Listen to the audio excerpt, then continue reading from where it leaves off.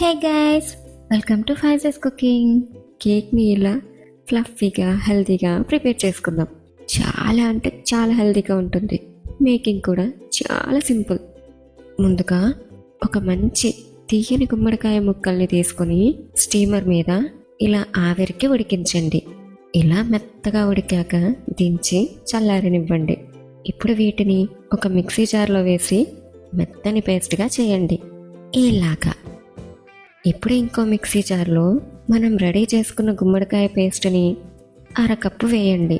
ఇందులోనే 1 కప్పు పంచదార, 1/2 spoon baking powder, 1/2 spoon east, 1 cup గోధుమ పిండి, 1 కోడిగుడ్డు వేసి 2 తిప్పులు తిప్పితే ఇలా కేక్ బ్యాటర్ రెడీ అవుతుంది. ఇప్పుడు దీనిని 1/2 గంట పాటు మూత పెట్టి అలా వదిలేయండి. 1/2 గంట తర్వాత అసలు కథ మొదలవుతుంది.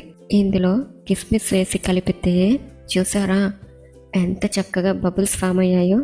ఇలా అంతా ఒకే డైరెక్షన్లో బాగా కలిపి ఆయిల్ రాసి రెడీ చేసుకున్న గిన్నెలో ఈ మిశ్రమం పోసి పైన గుమ్మడి గింజలతో అలంకరించండి.